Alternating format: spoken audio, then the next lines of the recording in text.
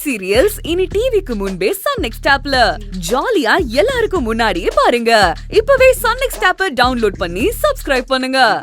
மாமா நல்லதுலதான் மாமா, ஆனா என்னால குற்ற உணர்ச்சி தாங்க முடியல மாமா. நான் என்ன மாமா பண்ணுவேன்?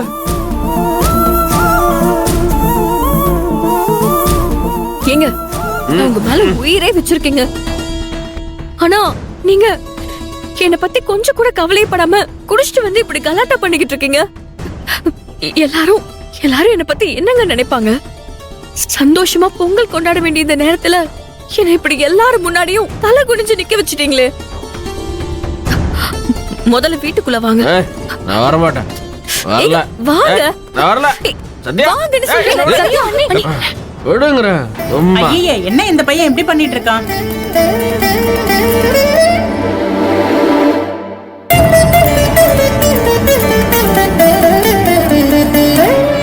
என்னத்தில்ல இவன் இப்படி பண்ணிக்கிட்டு இருக்கானே, இவனை எப்படி சமாளிக்கிறதுனே தெரியலையே. அதான் எனக்கும் ஒண்ணும் புரியலம்மா. கார்த்தி, நீ முதல்ல உள்ள போ.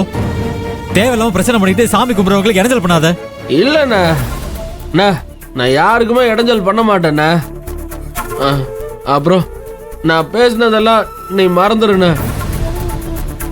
ஏன்னா உன்னை பொறாமக்கார திருடன்னு வாய்க்கு வந்த மாதிரி என்னென்னமோ பேச உன்னை அவமானப்படுத்திட்டேன்.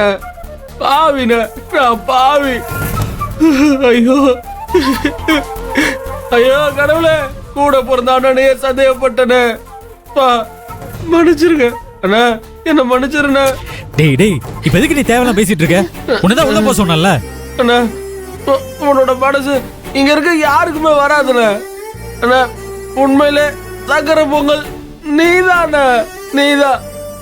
மன்னிச்சிருண்ணா அண்ணா, மன்னிச்சிட்டேன்னு ஒரு வார்த்தை சொல்லுண்ணா. சரிடா, மன்னிச்சிட்டேன். உள்ள போட ஃபர்ஸ்ட். இன்னும் இல்லண்ணா.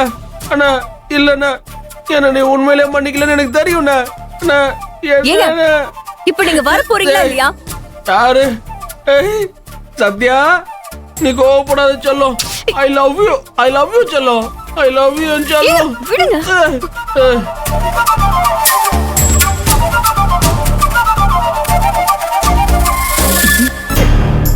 கார்த்தி, நீ நடந்துக்கிறது கொஞ்சம் கூட நல்லா இல்ல.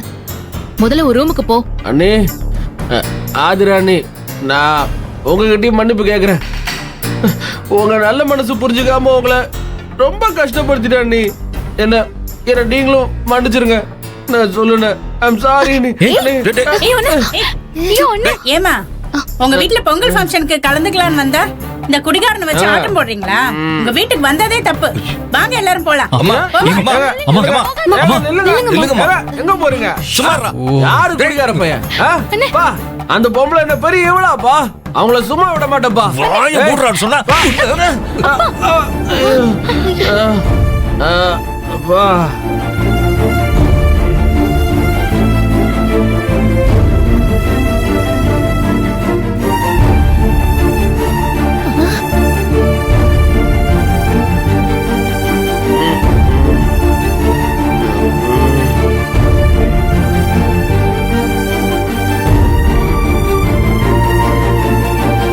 கார்த்தி, எந்திரி.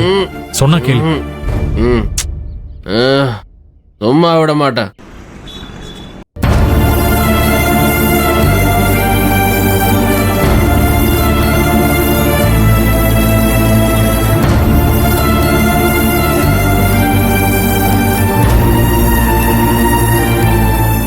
இதுதான் என் வீடு, இங்க இருந்து என்ன பிரிச்சிராதன்னு ரொம்ப பெருமையா சொன்னீங்க. இதுதான் நீ சொன்ன புகுந்த வீட்டு பெருமையா? இப்படி கண்ணு மண்ணு தெரியாம குடிச்சிட்டு வந்து நிக்கிறானே, இவனுக்கு பொண்டாட்டியா இருக்கிறது தான் உனக்கு பெருமையா இருக்குல்ல? போச்சு போச்சு. மா, கோவப்படாத. இவர் எப்பவுமே இப்படி இருந்ததில்ல. இன்னைக்குதான் ஏதோ தெரியாம. என்ன தெரியாம? என்ன ஏதுன்னு தெரியாம தான் குடிச்சிட்டு வந்திருக்காரா? உன் வாழ்க்கை இந்த குடிகார பாவியால பாழா போச்சு. அம்மா, இந்த விஷயம் நம்ம அண்ணனுக்கு தெரிஞ்சா மனசு எவ்வளவு கஷ்டப்படும் தெரியுமாமா? டேய் கார்த்தி, கேட்டியாடா? உன்னை இத்தனை வருஷமா வளர்த்து ஆளாக்குனதுக்கு நீ வாங்கி கொடுக்கிற பேரை பாத்தியா? ஒரு நல்ல நாள் அதுவுமா இப்படியா பண்ணுவ? நீ இப்படி பண்ணுவேன்னு நான் கொஞ்சம் கூட நினைச்சு பார்க்கலடா. நம்ம குடும்ப மானத்தை வாங்கினதோட இல்லாம எல்லாருடைய சந்தோஷத்தையும் நிம்மதியையும் கெடுத்துட்டியேடா. ஏன்டா இப்படி பண்ண?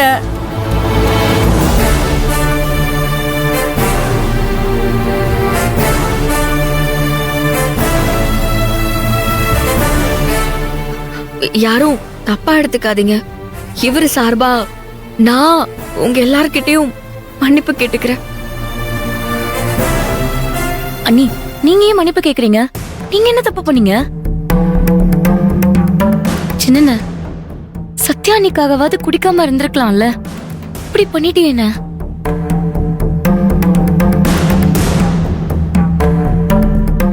சின்ன மாப்பிள்ள, நான் சொல்றேன்னு தப்பா எடுத்துக்காதீங்க. குடிக்கிறது கெட்டதுன்னு ஏன் சொல்றாங்கன்னு உங்களுக்கு தெரியுமா? அது நம்ம உடம்ப மட்டும் கெடுக்காது, அது நம்மளோட மானம், மரியாதை, கௌரவம் எல்லாத்தையும் கெடுத்து குட்டிச்சோறாக்குறது மட்டும் இல்லாம நம்ம குடும்பத்தோட நிம்மதி, சந்தோஷம் எல்லாத்தையும் சேர்த்து கெடுத்துடும்.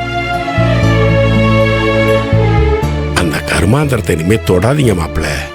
இப்ப தலைமுழுவனோட சேர்த்து அந்த குடியவும் சேர்த்து தலைமுழுகிடுங்க. அதுதான் உங்களுக்கும் உங்க குடும்பத்துக்கும் நல்லது.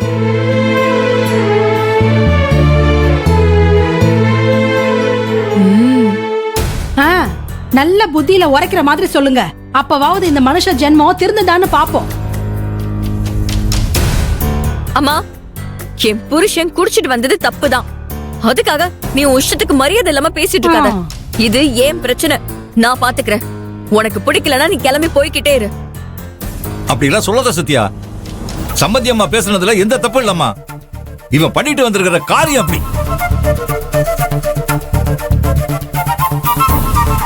சின்ன மருமகனே, நீ குடிச்சிட்டு வர வரைக்கும் நாங்க எல்லாரும் எவ்வளவு சந்தோஷமா இருந்தோம் தெரியுமா? எங்க அம்மா சொன்ன மாதிரி என் கண்ணே பட்டுடுச்சு போல இருக்கு.